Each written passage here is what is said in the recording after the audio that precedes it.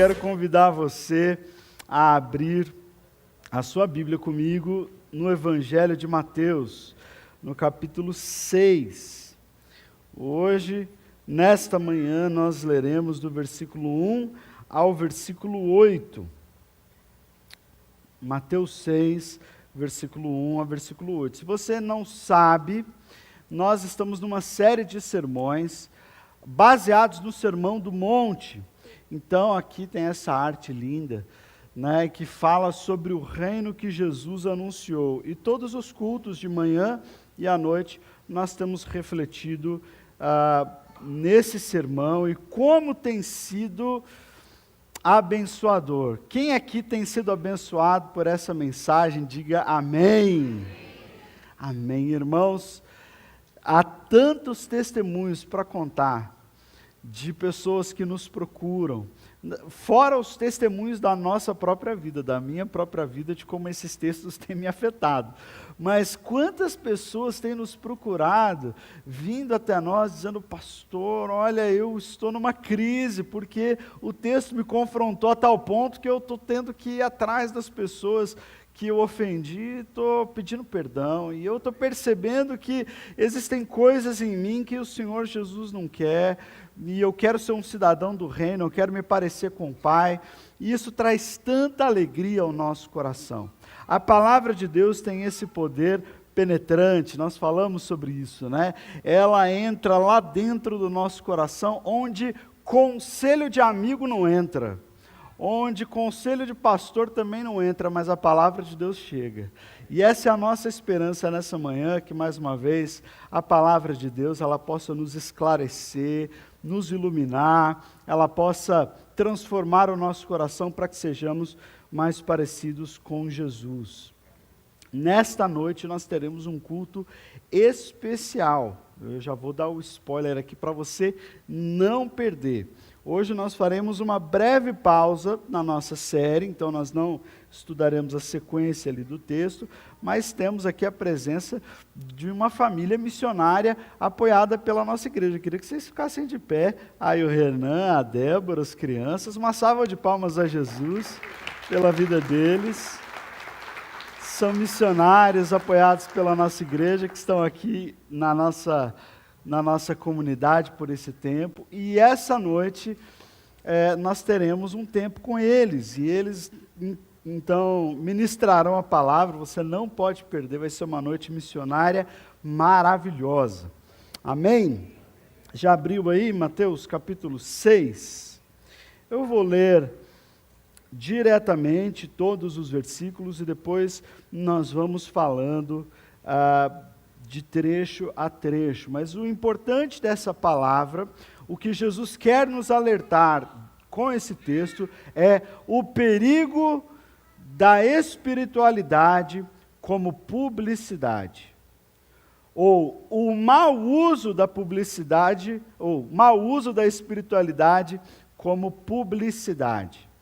E eu creio que a gente vai encontrar vários pontos de contato com a nossa cultura, com coisas que nós vemos e ouvimos por aí, mas é esse o perigo que Jesus está nos alertando. É importante dizer isso porque nós vamos entrar aqui em alguns pontos que podem trazer algumas dúvidas, mas o grande alerta de Jesus é esse: cuidado com o uso publicitário da sua espiritualidade, da sua religiosidade. Amém? Então vamos ler Mateus capítulo 6, versículo 1. Tenham cuidado de não praticar as suas obras de justiça diante dos outros para serem vistos por eles. Se fizerem isso, não terão nenhuma recompensa do seu Pai que está nos céus. Portanto, você deve cuidar dos necessitados. Não anuncie isso tocando trombetas, como fazem os hipócritas nas sinagogas e nas ruas, a fim de serem honrados pelos outros. Em verdade, eu lhes digo que eles já receberam a sua plena recompensa. Entretanto, quando você cuidar dos necessitados, que a sua mão esquerda não saiba o que está fazendo a mão direita, de forma que você preste ajuda em secreto. E o seu Pai, que vê o que é feito em secreto, o recompensará. Quando vocês orarem, não sejam como os hipócritas. Eles gostam de ficar orando em pé nas sinagogas e nas esquinas, a fim de serem vistos pelos outros. Em verdade lhes digo que eles já receberam a sua plena recompensa. Mas quando você orar, vá para o seu quarto, feche a porta e ore ao seu pai que está em secreto. Então o seu pai que está em secreto o recompensará. Quando orarem, não falem por falar, como fazem os gentios, pois eles pensam que por muito falar eles serão ouvidos. Portanto, não sejam como eles, porque o seu pai sabe daquilo que vocês precisam antes mesmo de lhe pedirem. E aí então, Jesus continua, e é a porção em que ele ensina o Pai Nosso, mas eu gostaria de ler com você mais um trecho que está no versículo 16. E quando jejuarem, não mostrem uma aparência triste, como os hipócritas, pois eles mudam a aparência do rosto, a fim de que os outros vejam que eles estão jejuando. Em verdade, lhes digo que eles já receberam a sua plena recompensa. No entanto, quando você jejuar, unge a cabeça, lave o rosto, para que não pareça aos outros que você está jejuando, mas apenas a seu pai que vem em secreto, e o seu pai que vem em secreto o recompensará. Então nós temos aí 3 trechos praticamente que nós lemos, que fala de uma justiça mais elevada do que a justiça dos fariseus. Por que que esses 3 trechos são importantes? E eu até entrei no assunto das próximas pregações, quando li essa última parte sobre o jejum, mas é porque se você parar para ler depois, você vai estudar esses 3 trechos que nós lemos e você vai ver que eles têm a mesma estrutura. A mesma estrutura, eles começam da mesma forma, com a mesma advertência, e terminam da mesma forma, com a mesma recompensa. Então, eles são trechos que são melhor compreendidos quando colocados lado a lado, porque Jesus está ensinando a mesma coisa nos 3 trechos, só que ele fala sobre 3 disciplinas espirituais diferentes. Na primeira, ele fala da disciplina espiritual da generosidade, sobre o dar esmolas. No segundo trecho, ele fala sobre a oração, e no terceiro trecho, ele fala sobre jejum. É interessante que quando nós olhamos o Sermão do Monte, nós vemos que Jesus, ele não, como que eu posso dizer, ele não minimiza a importância da espiritualidade, muito pelo contrário, ele aprofunda. Então, ele faz muitas comparações com a aparência da religiosidade das pessoas e como o discípulo, o cidadão do reino, deve se parecer. E há pouco tempo atrás, numa das pregações aqui, se não me engano foi o Paulinho que pregou, o conselho de Jesus era que a luz de vocês resplandeça, lembra disso? Que a luz de vocês resplandeça diante dos homens, para que eles vejam a luz de vocês e glorifiquem ao Pai que está no céu. Então, nesse texto, Jesus está dizendo, olha, que a luz de vocês brilhe, que vocês possam atrair o olhar das pessoas e colocá-los em Deus, e mostrar o Senhor, e o Senhor vai ser glorificado quando as pessoas virem a luz de vocês que vai estar aparente. Então Jesus está falando dessa luz que transparece, que aparece para as pessoas. E aqui nesse texto, parece contraditório, mas não é. Jesus não está falando daquilo que aparece, mas daquilo que nós devemos manter em oculto. E nós já vamos entender por que o Senhor Jesus dá esse conselho, mas eu já quero te adiantar que não há nenhuma contradição entre dizer que a luz de vocês brilhe, mas ao mesmo tempo que as práticas, as disciplinas espirituais de vocês sejam feitas de modo não publicitário, para não aparecer. Você fala, Jesus, mas é para brilhar ou não é para brilhar? É para aparecer ou não é para aparecer? E a questão toda está na motivação do coração. Se você ler comigo, você vai perceber essa estrutura. No versículo 1. Tenham cuidado de não praticar as suas obras de justiça diante dos outros, para serem vistos por ele. Então aí está o segredo da interpretação desses 3 trechos. Eu estou usando só um como exemplo, mas Jesus deixa claro aqui o porquê que quando você vai ajudar alguém, vai dar uma oferta, vai ser generoso, para que você não faça isso diante dos homens para serem vistos por ele. Então a motivação aí é o que importa. Ele continua dizendo, se vocês fizerem isso, não terão nenhuma recompensa do seu Pai que está nos céus. Ou seja, se você faz uma coisa para ser visto pelas pessoas, e você é visto pelas pessoas e aplaudido pelas pessoas, você já recebeu a recompensa que você estava buscando. Que é o quê? Que é a aprovação das pessoas. Se você já recebeu essa recompensa, se você já recebeu os aplausos das pessoas, você não tem mais nada de recompensa para receber do Senhor. Portanto, e aí eu quero que se você tiver aí uma caneta, se você estiver anotando, ou se você gostar de anotar na sua Bíblia, você vai circular a palavra quando. Portanto, quando você cuidar dos necessitados, não anuncie isso tocando trombetas como fazem os hipócritas nas sinagogas e nas ruas a fim de serem honrados pelos outros. Em verdade, eu lhes digo que eles já receberam a recompensa do que fizeram. É o que ele acabou de dizer. Entretanto, quando você cuidar dos necessitados, que a sua mão esquerda não sabe o que faz a mão direita, de forma que você preste ajuda em secreto. E o seu Pai, que vem em secreto, vos recompensará. Então, a palavra aqui remete uma atenção redobrada.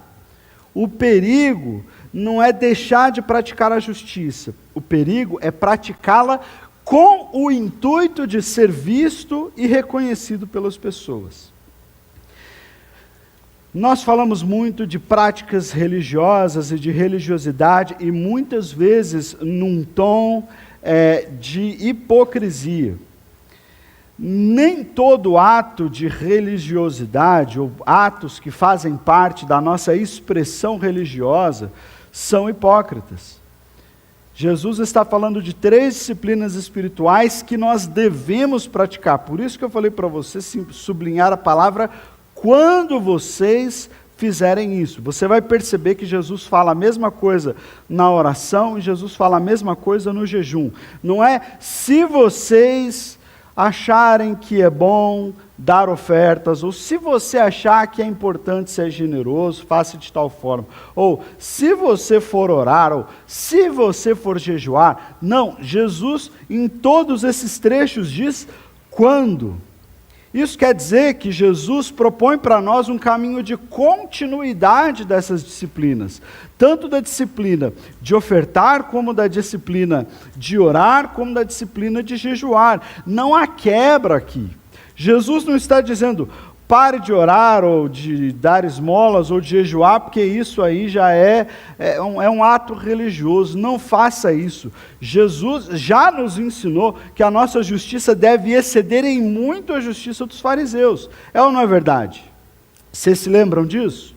E Jesus aqui está nos mostrando aonde estava o defeito, aonde estava o problema dos atos religiosos que eram realizados pelos hipócritas.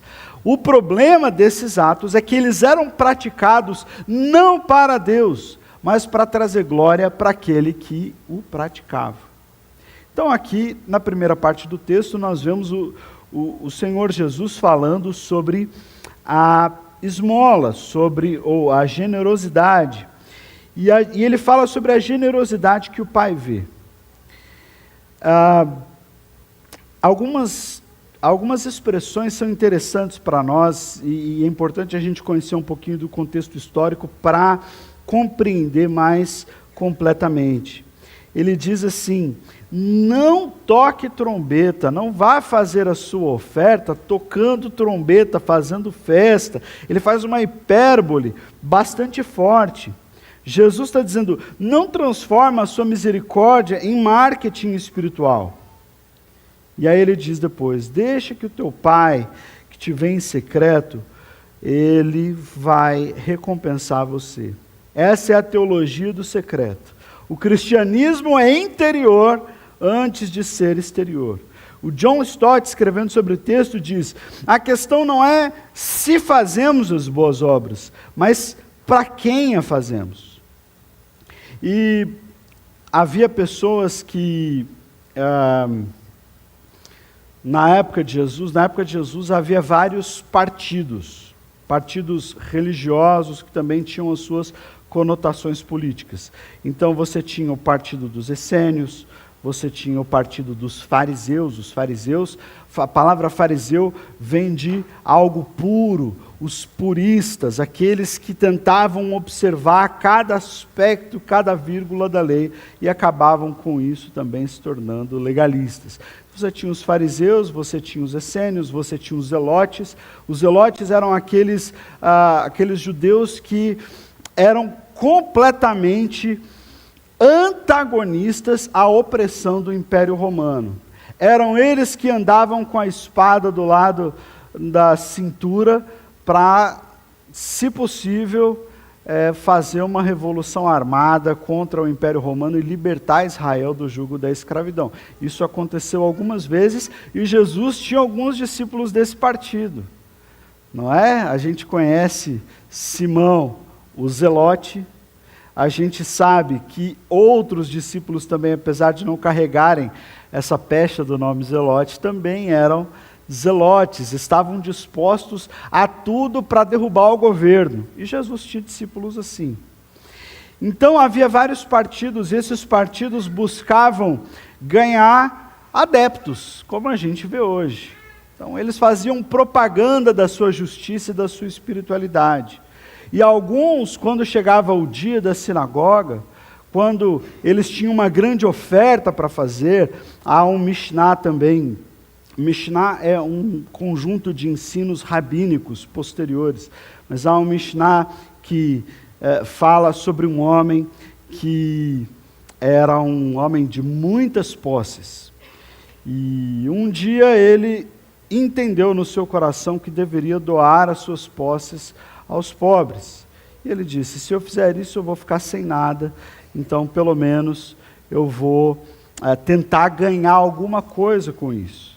E aí, em vez de dar todos os seus bens aos pobres, ele fazia isso em partes. E cada vez que ele ia levar a sua oferta na sinagoga, ele promovia uma grande festa. Hoje é o dia da oferta, hoje é o dia em que eu serei generoso.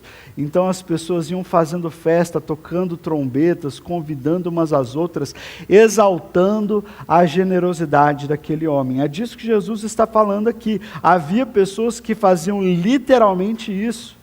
No momento de fazerem a sua oferta, gostavam de atrair o olhar das pessoas para que elas dissessem: uau, como essa pessoa é generosa, como essa pessoa é desprendida. E Jesus está dizendo, quando uma pessoa faz isso para impressionar os outros, ela impressiona. Só que quando ela impressiona, a recompensa acaba por aí. Deus não tem mais nada de recompensa para ela. Não acho que isso é uma atitude espiritual, essa é uma atitude plenamente carnal, e você já recebeu aquilo que você tinha para receber dos homens, não vai receber nada da parte de Deus. Então isso é muito interessante. Veja só, Jesus não está dizendo que agora nós não precisamos fazer isso. Por isso a palavra quando. Jesus pressupõe que nós continuaremos sendo um povo generoso. Amém? Nós continuaremos sendo um povo que olha para a necessidade uns dos outros e se mobiliza para ajudar.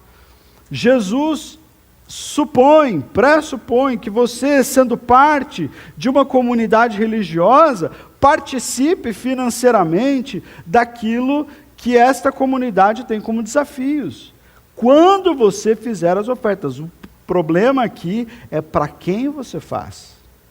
Eu aprendi algo com meu pai, já falei isso aqui em outras ocasiões, mas sempre a gente tem muita gente nova, né? Quando eu cheguei aqui em Maringá, eu tive o privilégio de fazer algo que eu aprendi ouvindo meu pai contando as histórias no início de ministério dele. Tive várias reuniões com líderes da igreja e toda a secretaria financeira, administração, a tesouraria, trouxe ali alguns documentos para que eu me atualizasse com relação às finanças da igreja. E um desses documentos, obviamente que a secretaria financeira tem, né, isso registrado, deve ter, ela apresentou para mim ali, olha, tem algumas pessoas aqui que são dizimistas, que são ofertantes regulares. E por saber que aquela lista continha nomes, eu com muito respeito, com muito amor e carinho, falei assim, irmãos, esse documento aqui eu prefiro não ver. Nós vamos discutir balanço financeiro, a saúde financeira da igreja, mas eu prefiro não saber quem são as pessoas que são os dizimistas ofertantes regulares. Por quê? Porque o meu coração é mau. E eu posso cair no erro e na tentação de olhar para uma pessoa que dá ofertas maiores, ou uma pessoa que é muito fiel, e começar a tratá-la de uma maneira diferente dos outros. E depois olhar para uma pessoa que não tem toda essa fidelidade e tratá-la de uma forma diferente, fazer acepção de pessoas. Isso é uma tentação.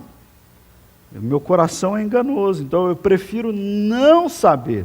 É importante que a Secretaria Financeira saiba, mas deixa só a Secretaria Financeira saber. Eu, como pastor, prefiro não saber. Por quê? Porque eu não quero tratar ninguém diferente por conta de se essa pessoa oferta X ou oferta Y, ou não oferta, ou dizima tal quantia ou outra. Porque não é para mim que vocês fazem isso. Não é para serem reconhecidos que vocês fazem isso. Então, é muito importante que a gente continue sendo, sim, como Jesus falou, generoso. Mas que a gente faça isso para o Senhor, não para ser reconhecido por ninguém. Nem para ter um lugar de destaque entre os membros da igreja. Nem para ser cotado, para ser um líder da igreja, porque essa pessoa aqui ela é muito generosa, ela é muito fiel, então ela deve ter um cargo de liderança. Não. A recompensa da sua generosidade está com o Pai. E o seu Pai, que vê aquilo que você faz em secreto, te recompensará. Em segundo lugar, depois das ofertas, Jesus fala sobre a oração. E aqui há um grande equívoco. Quando nós lemos, quando vocês orarem, não sejam como os hipócritas. Eles gostam de ficar orando em pé nas sinagogas e nas esquinas, a fim de serem vistos pelos outros. Então, tem gente que lê esse versículo e fala assim, então é errado orar em público? É errado se a gente fizer um grande movimento de oração pela cidade e a gente for pelas praças? Recentemente nós fizemos um impacto de carnaval e foi lindo, maravilhoso. Os nossos jovens, membros da nossa igreja, pelas ruas, orando pelas pessoas. Alguém poderia olhar esse texto e falar assim, olha, eles estão errados, porque Jesus falou que para a gente não ser hipócrita e não ficar orando pelas esquinas na cidade. Jesus não está dizendo isso não. Jesus está dizendo, não façam isso se o intuito de vocês for aparecer. Se o intuito de vocês for ser, parecer mais religiosos do que os outros. E isso era uma coisa que também acontecia. Muitos fariseus, muitas pessoas, elas, em vez de orarem na sinagoga ou terem o seu tempo de orações a sós com Deus, eles faziam isso nas esquinas. E faziam aquelas orações tão maravilhosas, tão eloquentes. Você já ouviu uma pessoa eloquente orando? Uma pessoa assim, que carrega o vernáculo brasileiro, né? Aquelas palavras inefáveis, e você fala, uau, essa pessoa deve ser muito espiritual, essa pessoa tem muita experiência na oração. Que oração bonita. Senhor Jesus, quando eu vou orar, às vezes minha oração parece de criança. Papai do céu, abençoa a mamãe, papai, obrigado pelo almoço. Não é? Agora, olhando para essa pessoa, como ela ora, que profundidade, quanta intimidade essa pessoa tem com Deus. E pode ser até que seja verdade. Pode ser que isso seja uma marca de uma vida de oração. Mas se essa pessoa faz isso, justamente para que os outros olhem para ela e falem assim, irmão, olha, a sua oração me tocou demais, queria que você orasse por mim, porque estou passando... E aí essa pessoa se sente então superior, ela tem uma espiritualidade superior por causa da maneira como você ora. O que Jesus está condenando aqui é uma oração performática. Uma oração performática. Uma oração para serem vistos. O problema não é o lugar em que se ora. O problema é a audiência. O problema é a intenção do coração. E aí Jesus fala, e eu disse isso alguns domingos atrás, ele diz, mas você, quando você orar, ou seja, não é se você orar, porque alguns com medo de serem religiosos falam assim, não, então eu nem vou orar em público. Se o pastor me chamar para conduzir um momento de intercessão, eu não vou fazer isso, porque está em público, Jesus mandou não orar em público. Também não estamos falando disso.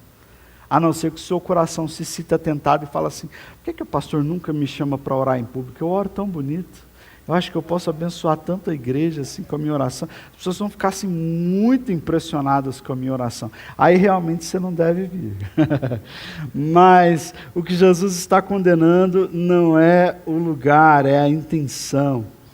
Então ele fala, quando você orar, vá para o seu quarto, desafie a sua vontade de ser reconhecido, desafie a sua vontade de ser considerado, desafie sua vontade de ser admirado. E agora você vai entrar no seu quarto, fechar a porta e orar ao seu Pai, que está em secreto. Olha que frase interessante. O seu Pai está em secreto. O seu Pai te escuta no secreto. E Ele te recompensará. E eu falei sobre o que é esse quarto secreto de oração. As casas do antigo Oriente Próximo, ali da Judéia do primeiro século, não eram casas como a gente conhece hoje, que você tem vários quartos, né? Várias divisórias. Não, as casas eram bem simples, tinham algumas divisórias apenas, não tinha assim o quarto do casal, o quarto dos filhos. Eu aprendi bastante sobre isso lá no Nepal, né? Você tinha uma casa, às vezes, de 2 pavimentos, toda feita de barro, e em uma você cozinhava e guardava os animais e toda a família dormia no segundo pavimento. E era bastante gente. E aí Jesus fala de um quarto secreto. Que quarto secreto é esse? Quarto secreto às vezes era um quarto que ficava até separado da casa, como se fosse o depósito. Como se fosse aquele lugar o quartinho da bagunça, o quartinho onde você guarda ali o cortador de grama, aquelas coisas que você usa de vez em quando, as suas ferramentas, quando você guarda aquelas coisas que você fala assim, não, eu não vou jogar, essa muita gente vai se identificar, eu não vou jogar fora isso aqui, porque vai que um dia eu uso, não é verdade? Eu acho que um dia eu ainda vou usar, né? Aí tem pedaço de tudo, tem um monte de coisa, assim, eu sou meio avesso a esse tipo de coisa, eu não gosto de muita coisa, eu sou acho que um pouco mais minimalista, né? Aí eu pego um negócio assim, olho e falo assim, cara, se eu não usei isso pelos últimos 2 anos, é muito improvável que eu vá usar daqui para frente, entendeu? Então, eu vou dar um fim nisso aqui. Mas, as pessoas tinham esses quartinhos da bagunça, esses pequenos depósitos, afinal a gente está falando de pessoas que trabalhavam no campo, então elas tinham as suas ferramentas, né, seus instrumentos de trabalho.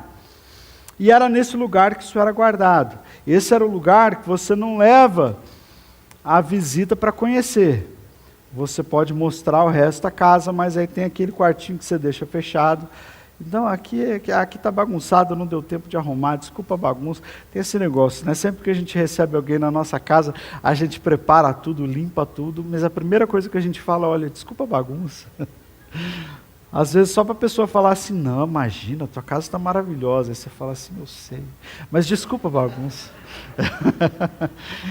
E aí você tem o quartinho ali, que ali você nem mexeu, porque se você for começar a mexer ali, vai uma semana, não é? Para fazer a limpeza. E aí, Jesus fala, entra nesse quarto, entra nesse lugar, no depósito, onde está sujo, aonde ninguém entra, aonde tem muita coisa que precisa ser jogada fora, muita coisa que não presta mais. Vai orar lá. Vai orar lá. Olha só a diferença de alguém que quer ser visto e usa até roupas, aquela indumentária religiosa, né, para orar nas praças e ser visto pelas pessoas. Não é o tipo de roupa que você vai entrar no lugar para fazer faxina, né? A roupa da faxina é sempre aquela roupa, aquela camiseta da campanha política de 10 anos atrás, que já está furada. Essa é a roupa de trabalho, é a roupa da faxina, né? Você nunca coloca o terno para fazer faxina. É exatamente isso. Você diante de Deus, irmão, Deus não está interessado na qualidade das suas vestes exteriores, nem no seu vocabulário eclesiástico na sua oração. Ele quer entrar no seu secreto. E no nosso coração também há esse tameion, também há esse lugar secreto. Jesus nos convida a ter comunhão com Ele exatamente ali, neste lugar de bagunça, nesse lugar de sujeira. E Jesus fala assim, eu não me incomodo de entrar nesse lugar. Eu não vou ficar com nojinho de entrar nessa parte do seu coração onde a gente tem muito trabalho a fazer. Vamos ter comunhão ali. Ali eu vou te responder. E às vezes a gente faz com Jesus igual fazemos com as visitas, né? Não, Jesus, não olha para isso aqui não. Isso aqui é coisa minha. Isso aqui eu sei que não é, eu sei que não te agrada, mas é coisa minha. Jesus fala, deixa eu entrar. Deixa eu te ajudar, eu não me importo, eu não fico impressionado com a roupa dos hipócritas e também não fico impressionado com a sujeira que você guarda. Eu estou aqui para te ajudar, eu quero ter comunhão com você exatamente nesse lugar. E o teu Pai que te vê em secreto te recompensará. Depois ele continua falando sobre oração. Ele fala, não use de vãs repetições. Aqui na minha versão está dizendo, não falem por falar. O vosso Pai já sabe, essa é a chave. Porque nós não oramos para convencer a Deus. Você ora porque você já é filho. A oração cristã não é uma tentativa de manipulação, é expressão de relacionamento.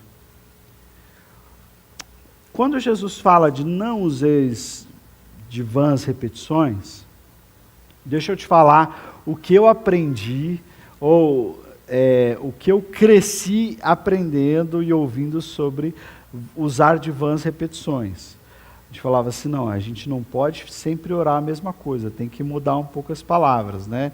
Se a gente orar sempre com as mesmas palavras, então isso é um tipo de reza, não é um tipo de oração. Então a gente não fica usando de vãs repetições, a gente associa isso automaticamente a outras expressões cristãs, como os católicos que oram sempre o Pai Nosso, têm as suas orações de regra e sempre repetem essas expressões. Então, olha, não usem de vãs repetições. Isso aqui era quase um texto apologético, né, para você falar de outras religiões. Jesus não está falando disso.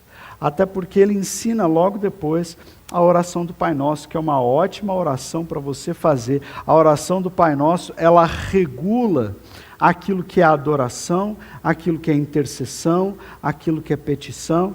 Tem todos os elementos que a nossa oração precisa ter na oração do Pai Nosso. Então é muito importante orar o Pai Nosso, saber orar o Pai Nosso. aprender com essa oração. Não é disso que Jesus está falando. Jesus está atacando um tipo de compreensão que as pessoas tinham e que, se você prestar atenção, você vai ver hoje em dia, é aquela coisa assim, se eu repetir, se eu falar, se eu pedir, e se eu fizer um voto, e eu vou fazer um jejum, e eu vou fazer tal coisa para ganhar isso, ou para receber aquilo, ou para comprar um carro novo, ou para ser promovido na minha empresa, eu vou entrar num propósito para comprar casa, e eu vou falar, e eu vou incomodar a Deus até Ele me dar. É disso que Jesus está falando. A compreensão de que o seu muito falar vai fazer Deus entrar numa queda de braço com você. Só que você fala tanto, e você repete tanto essas palavras como se elas tivessem algum poder gerador de novas realidades, que Deus vai perdendo a queda de braço porque você fala demais, ou você ora demais, até o momento que Deus fala assim, eu vou ter que dar para essa pessoa o que ela está pedindo. Jesus fala, não funciona assim. Ninguém vai ganhar uma queda de braço com Deus pelo seu muito falar. E nós vemos hoje em dia gurus evangélicos dizendo, não, olha, existe uma oração que você tem que orar assim, assim, assim, você tem que usar essa palavra. Eu me lembro de ler um livro de uma corrente muito conhecida, chamada Palavra da Fé, que influenciou muitas igrejas nos Estados Unidos e no Brasil, e a Palavra da Fé dizia assim, olha, você não pode orar com nenhuma palavra de dúvida. Isso eu li no livro-texto do autor dessa visão, e ele dizia assim, você tem que orar declarando, você tem que orar dizendo que já é seu, você já tem que orar dizendo que já aconteceu. Porque se você tiver dúvida no seu coração, aí é falta de fé, aí não vai acontecer, e o problema é seu. Entendeu? Então, quando você for orar por um carro, sabe por que você não ganha um carro quando você ora? Você só fala assim, ô Senhor, eu preciso de um carro. Não. Diz assim, Senhor, eu quero uma BMW vermelha, ano tal, assim, assim, assim. Você tem que ser específico. Vocês já ouviram algum tipo de coisa assim? Pela internet ou por algumas igrejas? Não, você tem que ser específico. Na hora de você orar por um marido, por uma esposa, você tem que fazer uma lista. Olha, ela tem que ter tanto de altura, cabelo assim e tal, e papapá. Porque já imaginou, se você só orar e pedir uma pessoa e não explicar o que você quer para Deus, Deus não vai saber o que você quer, não vai ter como te dar. Imagina a tolice desse pensamento, como se Deus não soubesse aquilo que vai em secreto no seu coração. Eu lembro que isso era muito famoso na época que eu era mais jovem, pouco tempo, né? Pouco tempo. Mas eu lembro que isso era bem comum. E aí você via os adolescentes, as adolescentes, orando pelos seus futuros cônjuges e fazendo listas intermináveis. E era legal demais ver isso aí, porque eu e Carol, né, essa semana, na última quarta-feira, completamos 14 anos de casados. E uma salva de palmas. Em nome de Jesus. Uma salva de palmas para a Carol, tá? Essa salva de palmas é para ela. Para mim parece que eu casei ontem. Para ela eu falo assim, não, é 14 anos. Ela, nossa, parece 30 já, né? Para eu dou mais trabalho. E eu lembro que antes de conhecer Carol, eu comecei a orar pela minha futura esposa. Eu não estou dizendo que você não deve orar pela sua futura esposa, pelo seu futuro marido, caso você seja solteiro, tá bom? Você pode orar, mas eu lembro de ter chegado num momento em que Deus falou assim, filhão, ora por você, deixa sua esposa comigo, eu cuido dela, ela é uma princesa, eu sei onde ela está, eu estou cuidando da vida dela, para de ficar pedindo por ela e começa a tratar as suas feridas, os problemas que você tem. Torne-se um homem de Deus e para de ficar só pedindo uma mulher de Deus. Torne-se você um homem de Deus. Deus mudou completamente o foco para mim. Então eu comecei a buscar o Senhor, e comecei a me dedicar ao Senhor, e comecei a exercer o meu chamado, porque eu entendia que eu estava mais preocupado em orar por uma mulher de Deus do que ser um homem de Deus. E por que eu sei que não funciona esse negócio da lista? Pode acontecer algum tipo de coincidência, né? E você fala assim, não, mas eu fiz a minha lista e veio igualzinho. Irmãos, a minha esposa é uma bênção tão grande que eu não teria sabedoria para escrever tudo que ela é. Jesus foi muito além de qualquer lista que eu poderia fazer sobre a Carol. Deus é mais que abundante. Então fica tranquilo. Mas existe essa compreensão de que assim, olha, eu vou conquistar. Eu vou orar, eu vou fazer um propósito e Deus vai me honrar. E Deus vai me honrar. Eu sei que essa expressão ela é bíblica, mas ela é usada de uma forma tão tacanha às vezes. Então, Deus vai me honrar. Que eu vou orar e vai acontecer e eu vou... Mas aí esse livro que eu li, né, do cara que criou o movimento Palavra da Fé, falava assim, se houver algum elemento de dúvida no seu coração, esquece. Senhor, eu estou enfermo, cura-me, Pai, olha, se for da tua vontade. Ih, você falou se for da vontade de Deus, é porque você não crê na cura, então você não vai receber. Aí eu falo assim, meu Deus, onde nas Escrituras que se fala algo assim? Se fosse tão importante, Paulo nos ensinaria exatamente a orar dessa forma, é ou não é verdade? Jesus nos faria orar dessa forma. E no domingo que vem, nós vamos falar sobre esse tipo de oração também. Que muitas vezes nós oramos como descrentes, não como filhos de Deus. Mas o seu Pai sabe, você não precisa manipular a vontade de Deus, você pode descansar na vontade de Deus, que é boa, perfeita e agradável para a sua vida, e aquilo que Ele deseja realizar, Ele realizará no seu tempo, amém? E pronto. Essa é a posição de filho. Posição de filho é a posição de quem entende que tem um Pai Celestial e o meu Pai Celestial cuida de mim, Ele não vai deixar faltar, Ele sabe da minha dor, Ele conhece meus sentimentos, Ele está comigo. Eu não preciso tentar manipulá-lo, eu não preciso tentar fazer um encanto de palavras, e aí se eu falar as palavras corretamente, se eu fizer a oração correta, aí Deus vai falar, ele usou a palavra mágica, agora eu vou ter que fazer. É ou não é? O em nome de Jesus fica tipo assim, uma varinha de condão. Mas eu orei, mas eu declarei em nome de Jesus, então tem que acontecer. Não é isso que Jesus está falando aqui. Jesus está dizendo, orem sim. Mas não fiquem preocupados em impressionar nem os homens e nem a Deus. Vão para aquele lugar de intimidade com o Senhor e deixe que o Senhor trabalhe ali no seu quarto secreto da alma. Deixe que Deus coloque luz, deixe que Deus traga à tona. Ele sabe o que você precisa, você é filho, você não precisa convencê-lo. Ele vai ao seu encontro, fique tranquilo, descanse como filho, como filha de Deus. Amém? E em último lugar, com a mesma estrutura, a disciplina do jejum.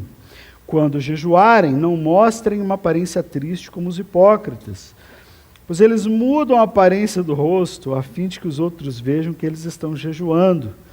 Em verdade, lhes digo que eles já receberam plena recompensa. Você consegue perceber a mesma estrutura exata?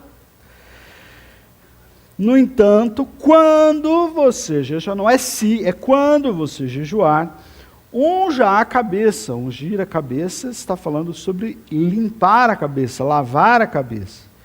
Lave o rosto, para que não pareça aos outros que você está jejuando, mas apenas ao seu Pai que vem em secreto. E o seu Pai que vem em secreto o recompensará. 3 coisas que a gente aprende nessas 3 perícopes. Nós somos recompensados por Deus quando somos generosos, quando temos uma vida de oração, quando praticamos a disciplina do jejum. Há recompensa sim, o texto diz. Amém? Então não estou dizendo para você ir para Deus e simplesmente não ter nenhum tipo de garantias, não. A própria palavra diz que o Pai que vem em secreto recompensa a generosidade. Mais uma vez, não é transação religiosa com Deus. Porque daí você fala assim, olha só como é que é o coração humano, já estou te adiantando porque o meu já fez isso, tá?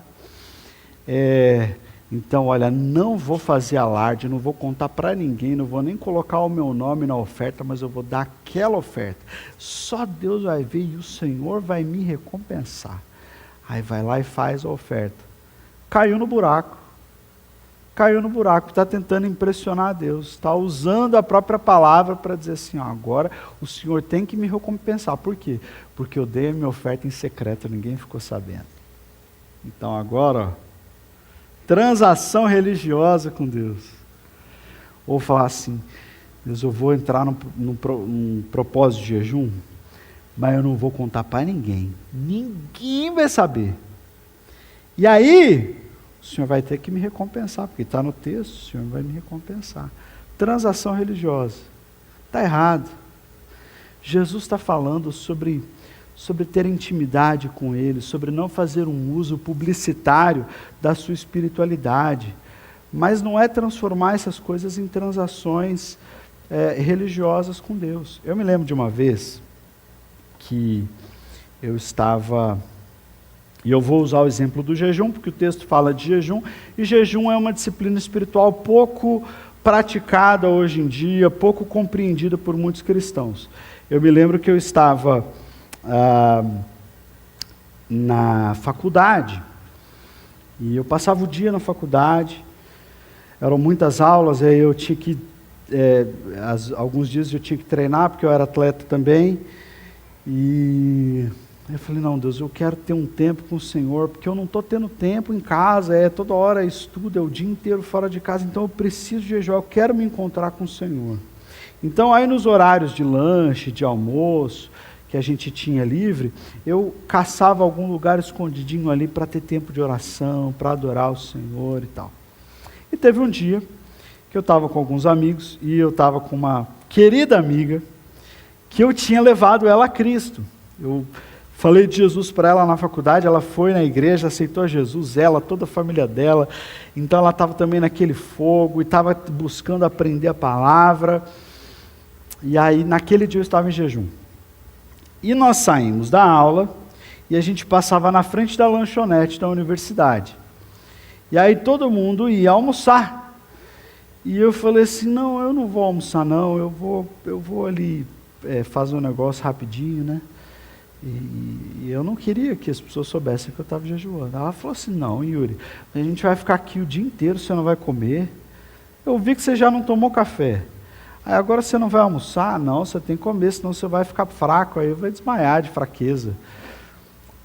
Eu falei, não, querida, obrigado, mas eu não vou comer não. Tá, tudo bem. Ela, não, você vai comer, você tem que comer, não, eu estou aqui. Ela era, assim, muito cuidadosa. E ela, não, você vai comer. Eu falei, não vou. Não, mas você precisa comer. Eu falei, não, eu sei, mas está tudo bem, né? Até uma hora que ela insistiu tanto que eu falei assim, querido, deixa eu falar um negócio. Eu não vou comer, eu tô tirando esse dia para jejuar, eu quero ter um tempo com Deus, é só por isso, mas fica tranquila, tá tudo bem. Aí ela, você não podia ter me falado isso. Você me contou que está jejuando e Jesus não vai mais aceitar seu jejum, porque a Bíblia fala que ninguém pode saber. Eu falei, eu tentei não te falar, mas você não me deu outra alternativa. Não é disso que Jesus está falando, que se alguém souber que você está jejuando, o jejum já não vale, não tem problema. Você pode falar para o seu marido, para a sua esposa, falar assim, amanhã eu vou tirar um dia de jejum. Mas você não está fazendo isso para parecer espiritual. É isso que Jesus está falando aqui. Jesus não está falando sobre quem sabe e quem não sabe. Jesus está falando sobre quem faz para os outros aplaudirem. De quem faz jejum. Ele fala assim, eu vou fazer um propósito.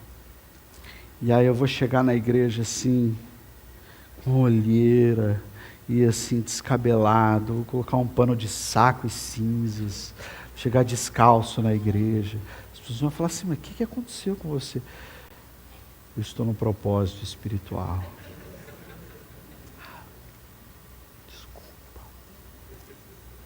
É disso que Jesus está falando, porque tinha gente que fazia isso e tem gente que faz isso até hoje, que quer dar aparência de espiritualidade. E Jesus está dizendo não.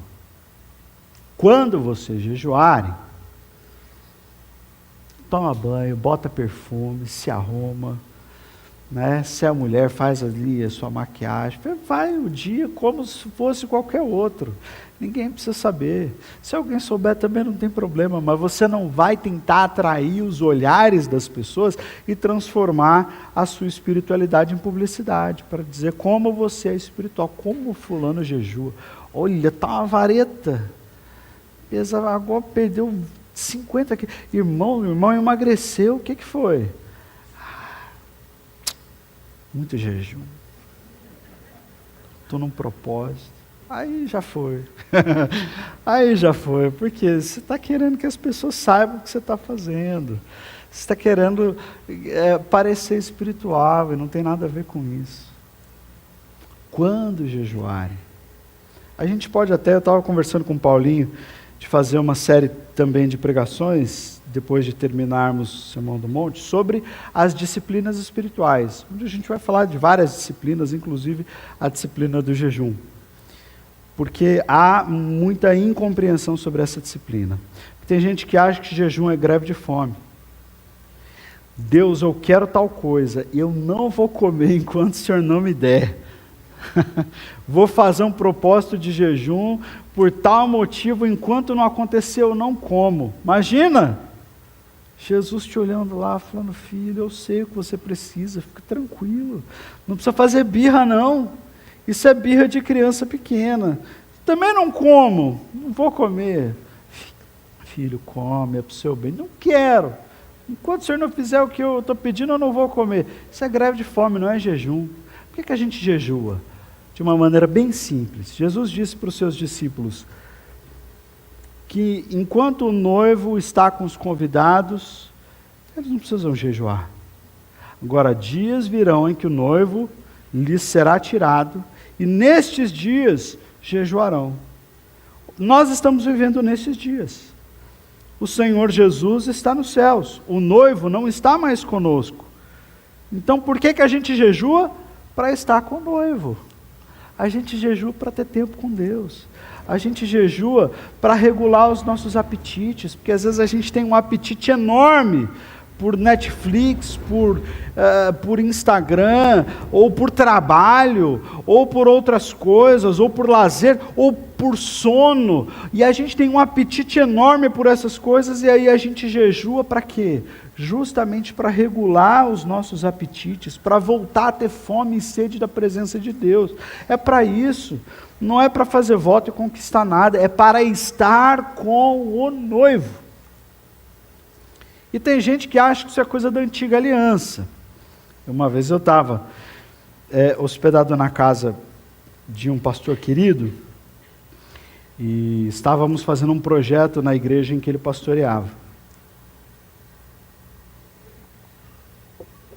E aí teve um dia que eu tinha decidido jejuar. Eu descia para o café da manhã todos os dias. Desci naquele dia também, mas não estava comendo nada, orei com eles e tal. Depois eu falei assim, olha, eu vou subir de novo para o meu quarto para ter um tempo de oração. Então não fiquem preocupados com o almoço e tal. A esposa do pastor falou assim, você não vai comer? Eu falei, não, hoje não vou. Aí ela falou assim, você está jejuando? Eu disse, sim. Aí ela falou assim, isso é coisa do Antigo Testamento, meu filho. Isso é coisa da Antiga Aliança, não precisa jejuar mais, não. Não, isso aí é tortura, isso aí é autoflagelação, né? Não precisa jejuar. Mas Jesus disse aqui, quando jejuar, Jesus esperava que os discípulos dele continuassem ofertando, continuassem orando e continuassem jejuando. Então nós continuamos com essas práticas. Não é porque elas foram deturpadas por alguns religiosos hipócritas que a gente abandona, não. Nós continuamos praticando, mas nós praticamos para ter intimidade com Deus. Então, para concluir, existem duas formas da gente viver a fé. Diante da plateia ou diante do Pai? A religião pergunta: quem é que está me vendo? Quem é que está me assistindo? Quem está me aplaudindo? O Evangelho pergunta: o Pai está sendo glorificado? Deus está recebendo glória? Talvez uma pergunta importante para nós seria: se todos os aplausos cessassem hoje, a sua fé sobreviveria? Eu tive o privilégio e a responsabilidade de participar de um projeto que impactou a vida de milhares de pessoas. E eu estou dizendo assim, com muito temor no coração. Por isso que eu falei que eu tive o privilégio de participar, não é nada meu, é do Senhor, chamado Escola do Discípulo, que se tornou um canal de YouTube na internet de estudos bíblicos. E como eu fui testado nisso aqui. Irmãos, e muitas vezes eu caí. Muitas vezes eu fiquei preocupado em qual engajamento eu teria de um determinado conteúdo e qual engajamento eu teria de outro conteúdo. E aí eu escolhi o conteúdo que daria mais engajamento, que era mais importante para a plateia. Graças a Deus isso aconteceu no começo, o Senhor depois nos corrigiu de forma tal, nós entendemos que a Escola do Discípulo era um lugar para a gente estudar a Palavra de Deus, expor a Bíblia, capítulo por capítulo, para que isso abençoasse a igreja brasileira. E eu vou te dizer uma coisa, fazer vídeo comentando fofoca gospel dá muito engajamento. Fazer vídeo falando dos últimos acontecimentos do mundo evangélico, ou dando opinião política, ou fazendo isso e aquilo, dá muito engajamento. Mas, para a glória de Deus, depois de termos sido confrontados pela palavra, nós decidimos, nós vamos expor a Bíblia, não interessa se é o conteúdo que vai dar mais engajamento ou menos engajamento, se vai ter mais curtida ou menos curtida, se a gente vai ficar mais conhecido ou menos conhecido. O que a gente quer é que as pessoas conheçam a palavra de Deus e sejam transformados por ela. No mundo que se avalia pelo engajamento, pelo número de seguidores, pela influência nas redes, pelo seu posicionamento social, é um grande desafio que o Senhor Jesus propõe para nós aqui. Não nos incomodarmos em viver diante da plateia, mas diante do Pai. O Senhor sabe do teu coração, o Senhor sabe que você precisa. Continue orando, mas não deixe que a sua oração seja uma simples repetição de palavras. Não tenta manipular Deus. Vai para o lugar da intimidade, deixa que Ele lance luz no seu coração. Ao mesmo tempo, continue sendo generoso, mas não precisa fazer alarde disso para as pessoas saberem como você é generoso. Seja generoso, seja mesmo, ajude as pessoas, oferte, seja um dizimista, mas não ache que isso tem que impressionar ninguém. Faça isso por amor ao Senhor, porque você entende o seu compromisso, porque você quer semear no reino de Deus. Jejue, não para que as pessoas achem que você tem uma aparência espiritual, mas para que você tenha tempo com o noivo. E em todas essas coisas, o seu Pai te recompensará. Isso é lindo. Deus não deixa ninguém sem recompensa. Se a sua recompensa for ser reconhecido pelos homens, Deus não precisa te recompensar. Agora, se o seu coração for transparente diante do Senhor, a sua generosidade, a sua oferta será recompensada pelo Senhor. Isso é palavra de Deus falando, não sou eu. A sua generosidade será recompensada pelo Senhor. A sua oração será recompensada pelo Senhor. O seu jejum será recompensado pelo Senhor. Desde que a sua espiritualidade seja uma declaração da tua afeição pelo Senhor. E não simplesmente uma performance em busca de aplausos. Amém? Vamos orar. Pai querido, eu te louvo, te agradeço pela tua misericórdia, pela tua graça e por essa palavra. Senhor, nós não queremos de forma nenhuma usar o nosso relacionamento com o Senhor para passar uma imagem para as pessoas de quem nós não somos. Pai, nós não queremos uma espiritualidade performática. Não queremos atrair os olhos e os aplausos das pessoas. Senhor, nós queremos dar ouvidos à Tua palavra e orarmos sim, buscarmos sim, sermos generosos sim, jejuarmos sim. Nós não vamos abandonar essas práticas, isso é coisa de religioso, não. O Senhor nos chama a fazer isso, mas de fazer de maneira correta, sem manipulação, sem performance, sem aplauso, sem mídia, apenas para o Senhor. E se isso for feito apenas para o Senhor, com o coração no lugar certo, sabemos que o Senhor nos recompensará. Te agradecemos, Senhor, por essa palavra. Faz ela cair como semente em terra boa, para frutificar em discípulos que amam o Senhor e não fazem uso publicitário da espiritualidade, mas são vistos no silêncio, recompensados no silêncio e glorificam a Deus que está no céu. Em nome de Jesus. Amém e amém. Glórias a Deus.